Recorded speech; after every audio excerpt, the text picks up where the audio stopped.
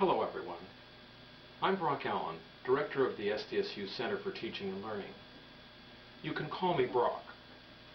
Today we'll examine current perspectives in psychology, a topic that was briefly covered in Chapter 1 of our Psych 101 textbook. Please feel free to ask questions throughout this session so we can address your concerns and so we can maintain an open dialogue while we explore this topic.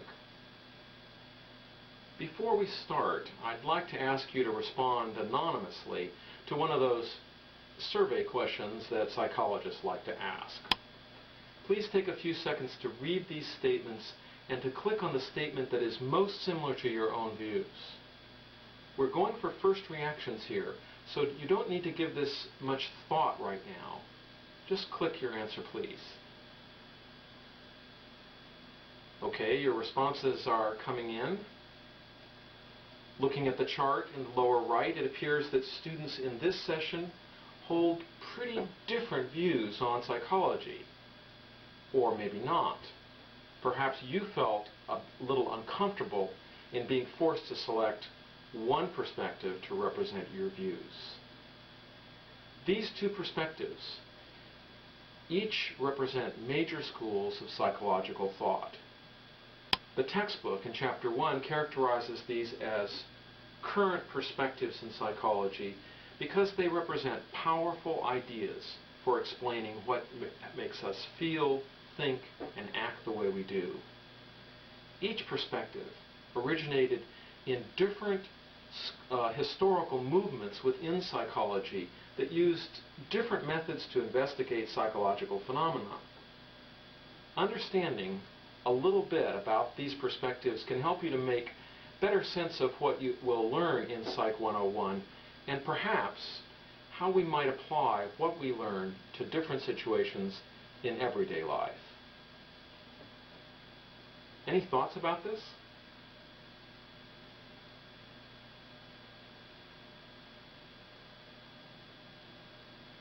So Jose writes, what are the other perspectives in the text? What about the other perspectives in the text? Humanistic, cognitive, evolutionary, biological. Jose, we're going to focus on two perspectives for this session. But we'll try to tie them in to a couple of others that are outlined in Chapter 1. Please be sure to study the other perspectives in the last section of that chapter. Chloe writes, so you're saying no one perspective is actually correct, that it's all relative? Well, one way to think about the term perspective is that it's a kind of a metaphor that visually, when we adopt a perspective or a point of view, we position ourselves to see certain aspects of something, like sides of a mountain or a building. The perspectives metaphor reminds us that there could be other perspectives that would allow us to see other aspects. So trying to decide too early on a single best perspective can prevent us from exploring the whole field of psychology. Lindsay asks, do you favor any of these perspectives in particular? Well, Lindsay, my professional specialty is the psychology of learning and particularly technology-based learning. My undergraduate work was in biology and evolution, so I'm oriented towards the biological perspective and the evolutionary perspective, but my PhD program placed a strong emphasis on the cognitive perspective. So I'm sort of a blend. By the way, psychology runs in my family. My daughter Sophia is studying for a PhD in school psychology, and her grandfather, David Allen, was a psychiatrist and a Freudian psychoanalyst. All right, back to our two perspectives. Here's what you should be able to do at the end of this session.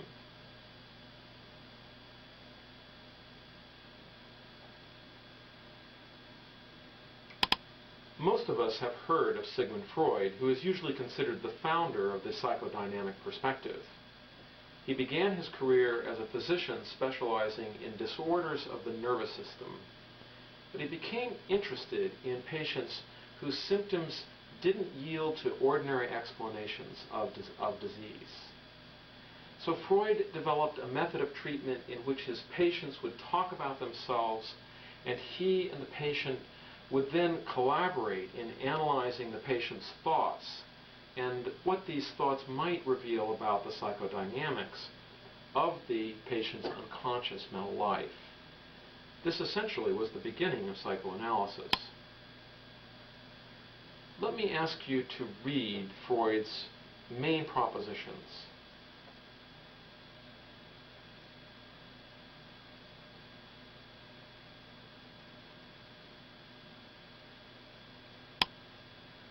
So the term psychodynamics suggests that our interior mental lives balance various forces or influences that are constantly changing and adjusting to each other.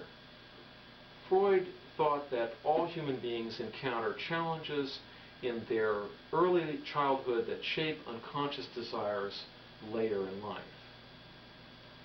For example, early on, when infants are very close to their mothers during breastfeeding, the presence of the father may seem an unwelcome intrusion, even an interruption of the intimacy with the mother and the satisfactions of that stream of very warm milk. As children develop, they usually learn to manage these feelings about the father. But in dysfunctional families, where the father is insecure and envious of the child's special relationship with the mother, the issues sometimes remain unresolved at an unconscious level that can influence the child's sexual attitudes later in life, as well as conflicts with father-like authority figures. We might not remember these incidents consciously, Freud argued, but they can profoundly affect the way we view ourselves and others.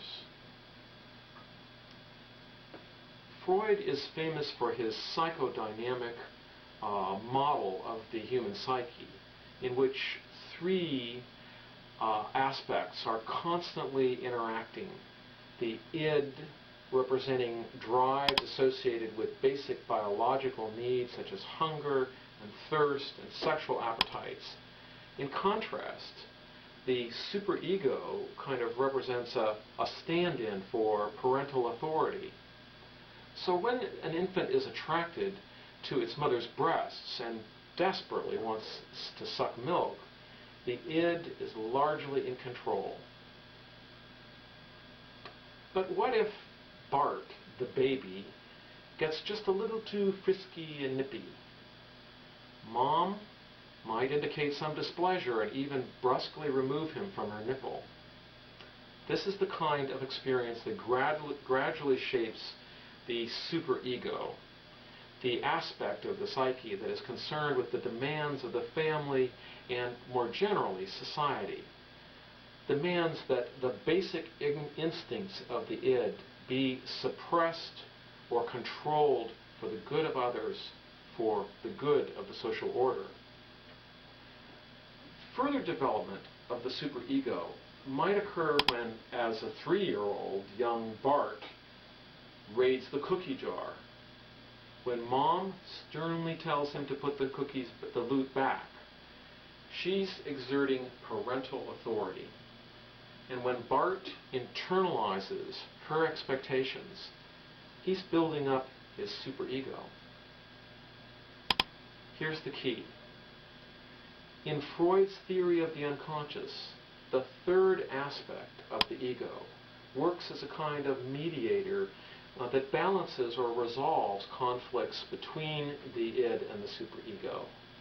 Although we're not always, in fact, we're usually unaware of its balancing acts. This usage of the term ego is different than our popular use of the term egotistical to mean self-centered, as in, oh my God, she has an ego as big as a house. Tim writes, so the id is the bad guy and the superego is the good guy, like the devil and angel, sinner and saint.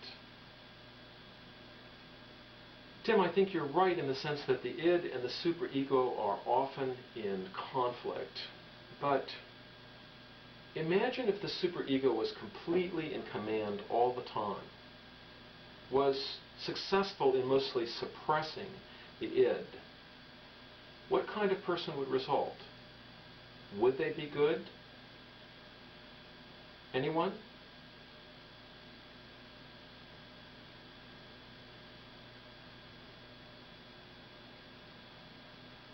Jennifer writes, well, they might be overly obedient to authority, want to follow the rules. They might be too shy to get their share of food or too repressed to have sex and kids.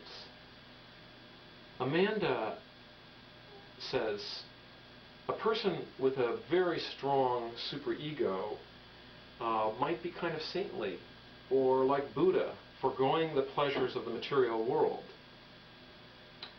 Great comments.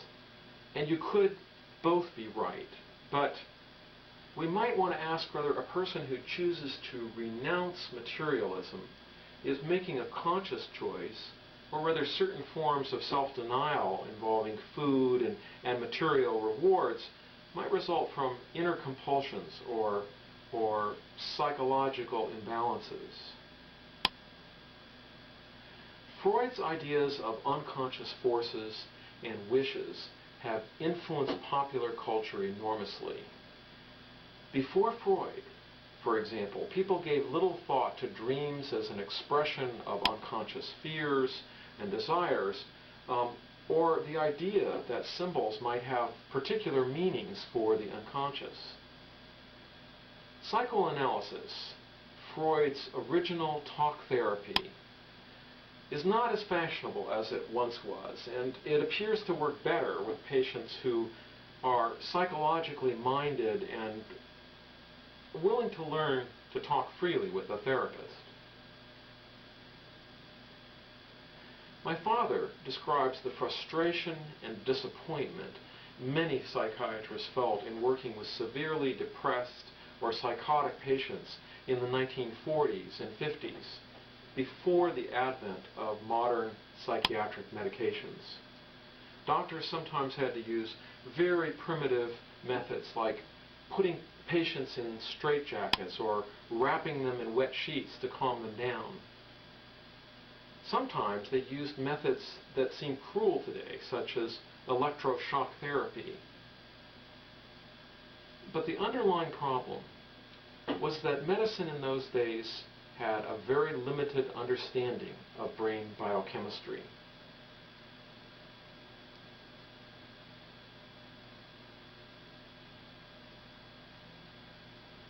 Casey writes, I have a family member who's on an antidepressant called Prozac. He doesn't see a psychiatrist, just a regular doctor, and all the doctor does is give him the prescription, no talk therapy. Casey, psychodynamic methods for treating mental illness are limited, and they're expensive because they require trained therapists working one-on-one or with small groups, so they're not often covered by medical insurance. On the other hand, there's great concern among some psychiatrists that drugs like Prozac mostly treat symptoms and won't help the underlying causes of these symptoms. Okay, let's shift to the other perspective we're exploring today, the behaviorist perspective. What comes to mind when you hear the word behaviorism?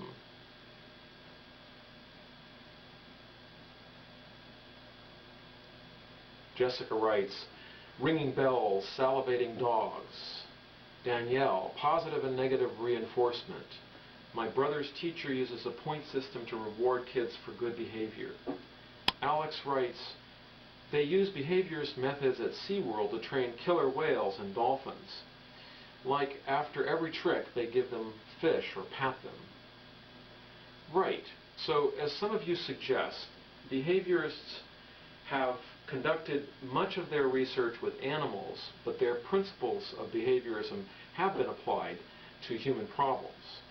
Overall, those who endorse the behaviorist perspective are concerned with this central question: in what ways do the environmental factors or stimuli influence particular responses?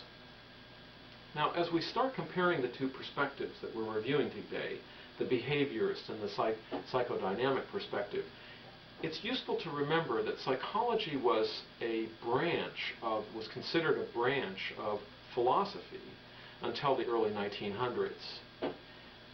Even scientifically trained pioneers like Freud often wrote in a style that sounded more like philosophy or history than science, with book titles like Moses and Monotheism, Civilization and Its Discontents, and Beyond the Pleasure Principle. So behaviorist critics such as John B. Watson and B.F. Skinner criticize psychodynamic theories like Freud's relentlessly, asking, where is the evidence? Where are the observations to support the assertions that entities such as the id, ego, and superego actually exist?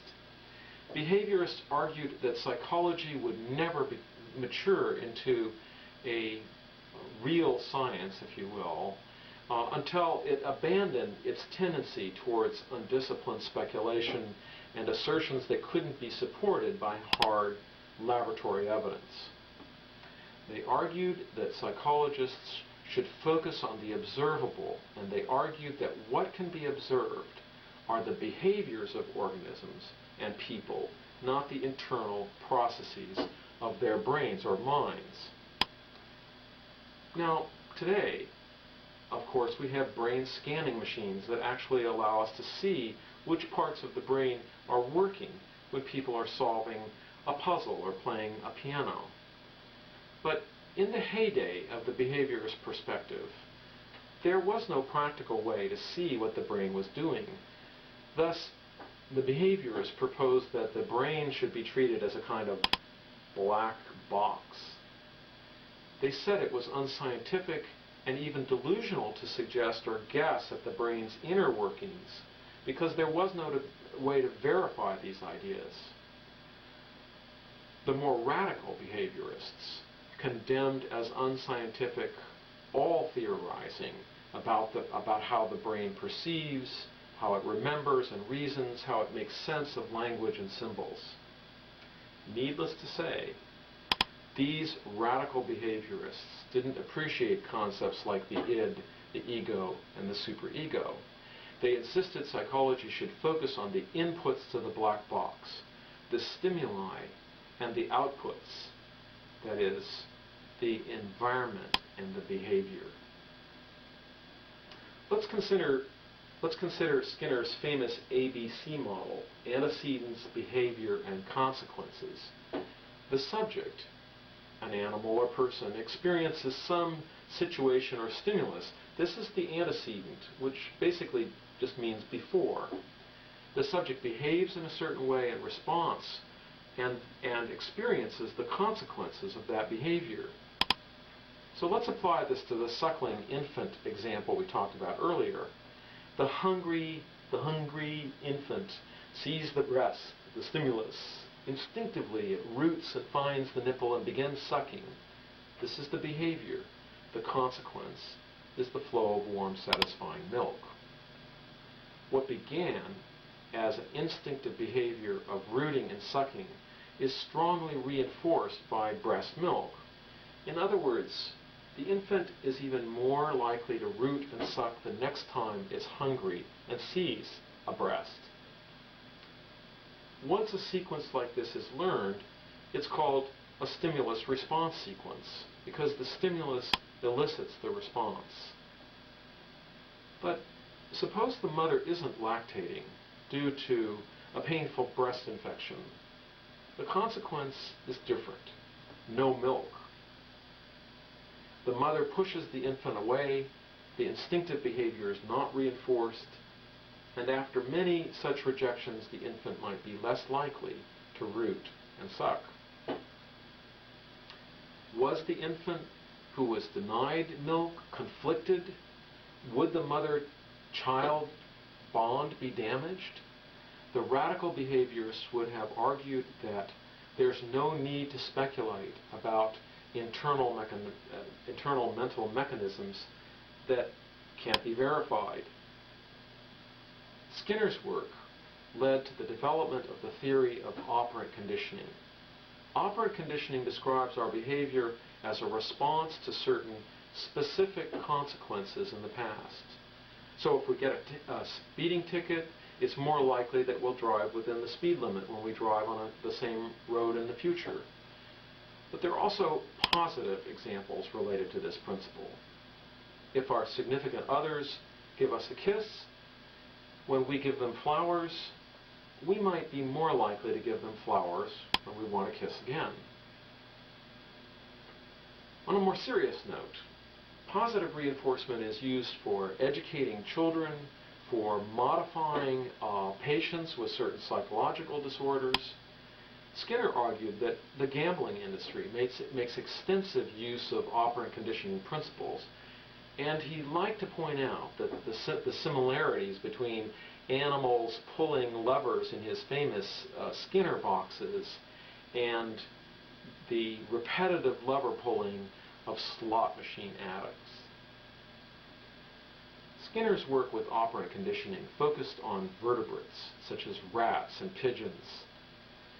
But one of the striking discoveries in recent years is that even much simpler animals can respond to operant conditioning, including surprise, fruit flies.